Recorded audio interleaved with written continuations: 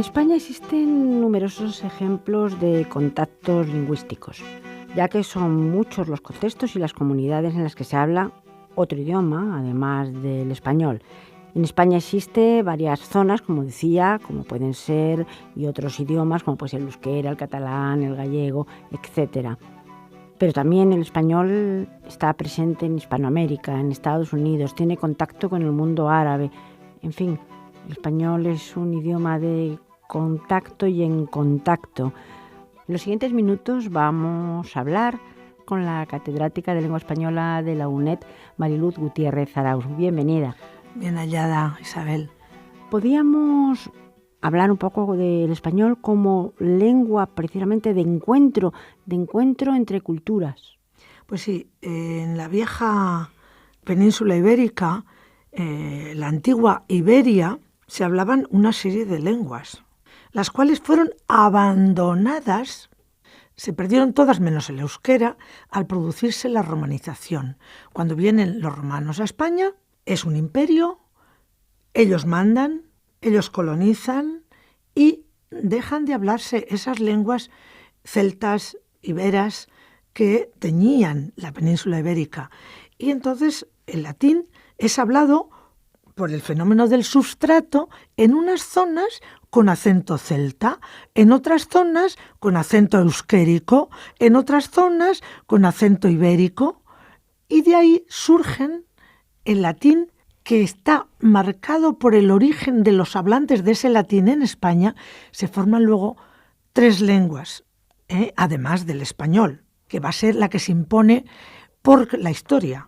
Pero además del español, que nace en Castilla, pero que luego se empieza a llamar español cuando se habla en toda España, porque era una lengua que era muy plegable, permeable, y como le pasa en la actualidad al inglés, y luego además revalidó yendo a América. Entonces los millones de hablantes americanos hicieron que el español se haya extendido, como todos bien conocemos. El fenómeno de contacto de lenguas es desde el comienzo de la historia de España. Desde el comienzo, y hay que decir que, por supuesto, los pueblos celtas, los pueblos íberos, los que vinieron del norte, los visigodos, y después muchos años, muchos siglos de árabes en España. Sí, claro. Ya estaban, digamos, las 4 lenguas de España asentadas cuando en el siglo VIII tenemos la gran invasión de los musulmanes, que van a permanecer aquí hasta 1492, que se dice pronto, que son muchos siglos, y que ellos también gobernaron. Lo que pasa es que los árabes no dejaron la lengua, no dejaron la religión, como sí nos dejaron los romanos, no dejaron la organización administrativa, no dejaron el derecho. Los romanos nos cambiaron de lengua, nos cambiaron de religión, nos cambiaron de organización. El derecho actual civil de España es derecho romano actualizado, en algunos casos poco. Entonces los árabes estuvieron aquí, trajeron su lengua convivió con las lenguas de España y llenó de arabismos las lenguas de España. Es decir, que podemos encontrar arabismos no solo en el español, que hay muchos y están muy bien estudiados, en otro programa nos hemos dedicado a explicarlos, ¿no? Sino que también en todas las lenguas de España, sin duda catalán, valenciano. En Valencia está lleno de topónimos, sobre todo Valencia y Andalucía, de topónimos, de palabras que son árabes. Todos los que empiezan por Ben, que es el hijo de Benidorm, Benimamet, muchos ven, o Guada, que es río, o Calat, que es fortaleza, Alcalat. Tantas palabras que ellos, porque para eso mandaban, organizaron, pero el sustrato, al no ser tantos bilingües, no quedó tan marcado solamente en el léxico. Entonces se habla de unas 4.000 palabras, más o menos, de origen árabe en el español general. Quería hacer una pequeña parada, un pequeño paréntesis, porque estamos hablando del español y estamos hablando, y también se ha dicho, las lenguas de España. Hablamos del catalán, del gallego, del euskera y de otros que pueden ser dialectos. Cuando hacemos esta diferencia, sí me gustaría detenerme un segundo. ¿Por qué la hacemos? Porque el español se ha convertido en el idioma común sin dejar de ser las otras lenguas de España. Sin duda, España tiene una gran riqueza lingüística y conviene que se sepa que es una riqueza y que es riqueza sobre todo para los que son bilingües, lo hemos dicho. Si yo he nacido en un sitio donde solo se habla español, pues evidentemente voy a ser monolingüe, a no ser que aprenda otra lengua. Pero si he nacido en un lugar donde hay bilingüismo, porque están conviviendo la lengua común a toda España, el español, que algunos llaman castellano, bueno, pues por diversos motivos le llaman castellano, porque originalmente sería castellano, pero el español hablado por un andaluz no es castellano, es español. El español hablado por un mexicano no es castellano. Puede ser castellano estos que pronunciamos la L, como yo que nací en Castilla, pero bueno, sería un dialecto del español. Pero es el español, que es una lengua que nos une a 550 millones del mundo y que después del chino es la segunda hablada en número por nativo hablantes.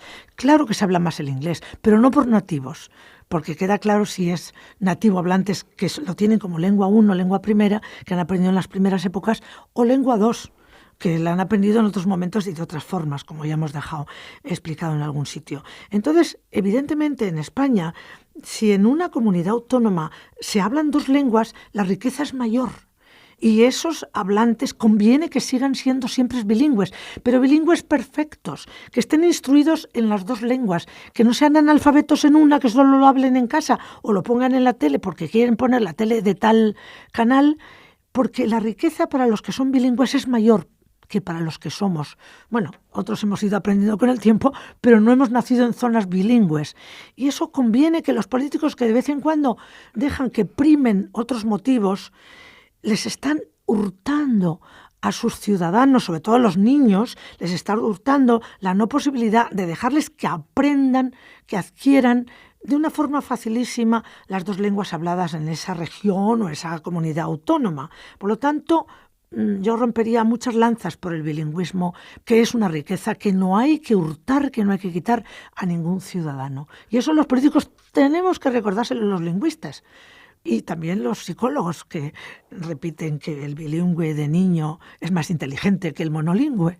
Pues dicho esto, vamos con el español y vamos a saltar. Hemos dicho que el árabe dejó unas 4.000 palabras, pero cuando el español saltó a América, ese contacto del español con otras culturas y con otros idiomas, ¿qué es lo que ocurrió?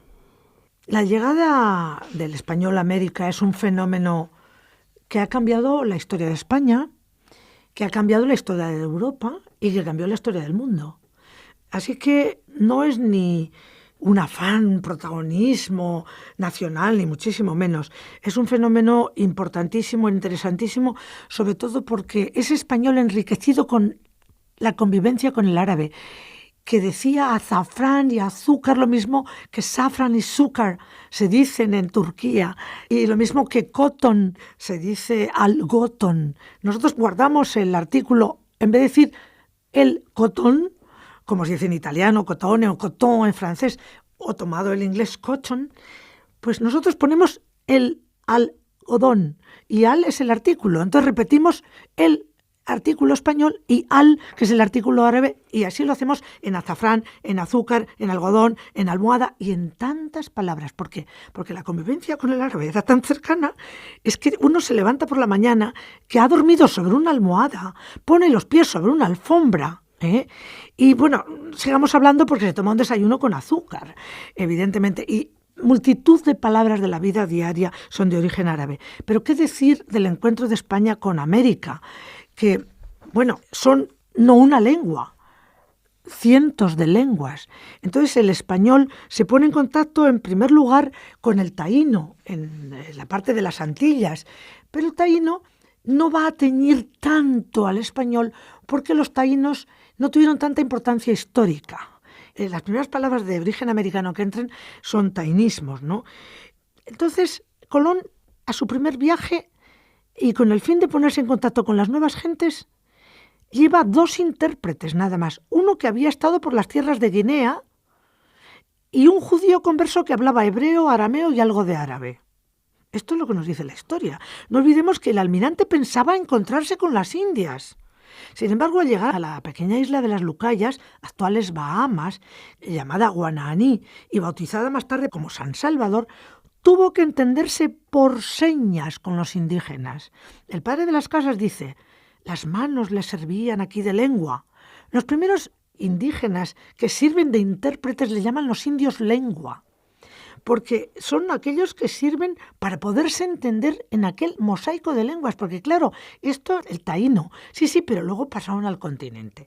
Y en el continente es tremendo el mosaico de lenguas. Y dice Colón, en ese país los unos con los otros no se entienden más que nos con los de Arabia. Es decir, que nosotros con los de Arabia nos entendemos mal. Bueno, pues estos indígenas se entienden igual de mal unos con otros, ¿no? Entonces, el primer instrumento, esto es muy interesante, de contacto entre los españoles y los indígenas fueron los llamados indios lengua, como decía, ¿no? Indios bilingües, que fueron, vamos, maravillosos. Pero la hispanización de las gentes de América fue un proceso muy lento. Fue un proceso muy lento, desde luego fascinante, porque en ese mosaico de lenguas diferentes que aportaron muchas cosas, como veremos ahora al español, al final hubo una especie de imposición, pero una imposición quizá para hacer una especie de reunión también. No, la verdad es que la gente piensa que es que llegaron allí y venga, todo el mundo tiene que hablar español, y eso no es cierto. La corona representaba pues un poco la oficialidad, pero verdaderamente los que se mezclaron allí y los que hicieron una labor muy diferente a la corona fueron los misioneros. Los misioneros querían evangelizar y como su objetivo era de evangelizar, no de colonizar, no de gobernar, no de conquistar, ellos se dieron cuenta de que tenían que aprender las lenguas indígenas más habladas. Y muchos misioneros que verdaderamente en la historia del contacto de España con América, repito, la historia de los misioneros y las misiones es de lo más salvable, porque en toda la colonización hay partes salvables y todas las un poquito menos salvables, porque es una opresión, es llegar aquí, y aquí mando yo porque tengo la fuerza. Pues, sin embargo, por parte de los misioneros, los propios misioneros aprendieron lenguas indígenas, aprendieron en México el náhuatl, aprendieron el quechua en las zonas de los Andes, aprendieron el guaraní. Incluso, por ejemplo, el guaraní se extendió más en época de los jesuitas, en la época en que los jesuitas en las misiones enseñaban guaraní a gentes que no habían hablado guaraní, pero ellos decían, bueno, les enseñamos guaraní y así nos entienden todos la evangelización, que es nuestro objetivo fundamental. Entonces, esas lenguas y otras se hablaron más, porque les nombraron lenguas generales. Con todas no podemos hablar, hay 200 lenguas en este país, nos volvemos locos, son plurilingües estos indígenas, no podemos, vamos a hacer más comunes las grandes. Y los propios misioneros, e incluso los españoles, preferían que todos se homologaran y hablaran muy pocas lenguas para entenderse mejor. Por eso hablaba yo de la reunión, hacer menos lenguas pues para tener más gente. Y todas esas grandes lenguas que al final se intentaron unificar, ¿qué aportaron al español? Las lenguas aportaron mucho. Aportaron primero, con la lengua viene la cultura, vienen los productos. Si nosotros no tenemos chocolate y chocolatl es agua amarga en náhuatl, que es la lengua de la zona azteca, de la zona del centro del país, donde está el Distrito Federal actualmente, la Ciudad de México, pues en náhuatl nos llega tomate, aguacate, y tomate ha pasado a casi todas las lenguas europeas, y chocolate ha pasado a casi todas las lenguas europeas. Claro, que un italiano llame pomodoro al tomate, que es manzana de oro, es una metáfora muy bonita, pero tomato y tomat están prácticamente todas las lenguas. Y que nosotros oigamos papas, que es un tubérculo, y otro tubérculo, batata, y nos hagamos un lío y llamemos a la papa de América, la llamamos patata, mal llamada. Es una especie de aberración lingüística la palabra patata, que los españoles que vienen de América traen patatas y dicen estos son patatas, menos los del sur, que sabían que eran papas porque Sevilla imprimía carácter. En la casa de contratación de Sevilla se pasaban grandes temporadas. Y papas se dice en Andalucía y se dice en América. Pero patatas se dice en el resto de España, pero pasó al inglés potato, o sea que la aberración pasó al inglés. Es un americanismo que pasa el inglés por el español, pero que no es patatas. Entonces, o son papas o son batatas, pero para nosotros, pero claro, que en inglés es potato, pero que en francés le llaman pomme de terre, manzana de tierra, ya estamos con la manzana. El pomo y la pomme es una cosa que da mucha metáfora en el mundo. Entonces, no existían las papas en Europa. Qué bien nos vino que nos vinieran las papas, porque, por ejemplo, la famine, el hambre que tuvo Irlanda cuando Inglaterra les medio arruinó, pues a las papas que vinieron de América, y gracias a tantas cosas, productos que vinieron de América, nos salvaron. Y hay diferencias también, por ejemplo, en español en contacto con, hemos dicho ya, con el área andina o con el guaraní, por ejemplo, o con el mapuche, es que son tantas que sería muy difícil. Las lenguas, muchísimas. Solamente en México hay muchísimas lenguas. Hay algunos indígenas, gracias a que hablan español, se pueden entender con otros mexicanos. Es decir, que incluso las autoridades mexicanas, que es un gran país, mayor que España, como es bien sabido, les conviene que hablen y casi les obligan, bueno, en las escuelas les obligan a hablar español porque es la única forma de insertarlos, integrarlos en la identidad nacional, que digamos que la gran mayoría es el español. Porque si no, uno hablaría mixteco, otro zapoteco, otro, cada uno una muy diferente y no se entenderían. Y así la forma de integrarlos es tener una sola lengua. El contacto del español en la historia ya lo estamos viendo importantísimo, pero por ejemplo el contacto del español con el inglés, por poner ya un último ejemplo, en Estados Unidos, que creo que es el segundo país de habla española, por delante de España, por supuesto, por detrás de México, ese Spanglish o ese idioma mejor no, a veces... la gente piensa que el Spanglish es equivalente al español hablado en América, y no. Spanglish es una especie de aberración de aquella persona que no le han enseñado ni bien inglés ni bien español. Y entonces, normalmente la gente que habla Spanglish, que no es un código, no es una lengua, es un fenómeno que se da de muy diversas formas en según quien lo hable, ¿no? Entonces, normalmente una persona que no ha sido instruida bien en inglés ni bien en español, mezcla y mezcla la gramática, que es lo único que no se puede mezclar, porque la gramática es genuina, es el código y ahí no se puede mezclar. Se pueden meter palabras, se puede pronunciar con un acento, pero en cuanto haces vuelta para atrás en vez de regreso, pues estás mezclando gramáticas. Y el Spanglish no es... O sea, lo que hablan los hispanohablantes en América es español con acento inglés a veces, o con interferencias léxicas. Y solo son interferencias léxicas porque en ese momento no les surge la palabra en inglés, bien está. Si son muchas interferencias léxicas y alguna gramatical, entonces ya se empieza a hablar del Spanglish, porque domina la mezcla. Y el español, que ya casi para acabar, está por prácticamente todo el mundo. Da pena a veces que se haya perdido en lugares en los que, o se esté perdiendo en lugares donde España ha tenido una fuerte presencia. Hablábamos en otro programa, por ejemplo, de Filipinas, donde España estuvo y se está perdiendo el español, pero sin embargo se está implantando este contacto, y para acabar, del español con lenguas dentro de nuestro propio país y con lenguas y con culturas de fuera de nuestro país. También enriquece y también sigue un proceso. Es algo dinámico. Es algo absolutamente dinámico que está en nuestras manos, está en nuestra cultura, está en nuestras políticas y que está dispuesto a enriquecer a quien quiera enriquecerse, sin duda. Tú decías antes que el español se habla en primer lugar en número de millones en México y en segundo término, que antes, hace unos años, era España, ahora es Estados Unidos, que nos supera en número de millones de hablantes. El tercer país creo que ya no es España. Me dijeron hace poco, no estoy muy segura si es Colombia, pero nos está superando. Claro, en España dando como que todos los que viven en España hablan español, porque se supone que es la lengua oficial, pero en España también hay otras lenguas cooficiales.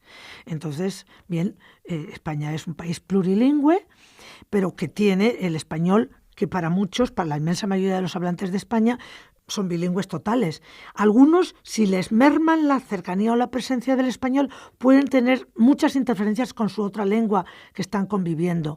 Y bueno, pues si por ejemplo un gallego que está todo el tiempo mezclando, en vez de decirte qué dices, en vez de decir qué, dicen lo qué, pues es lógico, porque ahí tiene una interferencia grande, porque está mezclando. Si alguien no le corrige que lo qué, al preguntar no se pregunta lo qué, y como es otras muchas, pues hablará un español con unos rasgos que no son adecuados porque tienen unas interferencias. Lo mismo que cuando alguien habla un inglés con unos rasgos de su lengua 1, pues son interferencias con su lengua 1 y que comete una serie de errores, y eso hay que ir a favorecer la corrección, la riqueza, y que se puede aprender con perfección absoluta lenguas, más cuanto más niños, pero más cuanto más estamos leyendo, oyendo esa lengua que queremos perfeccionar. Un tema, desde luego, apasionante porque tiene muchísimas aristas. Profesora Gutiérrez Arauz, muchísimas gracias por haber compartido este espacio con nosotros. Encantada, como siempre.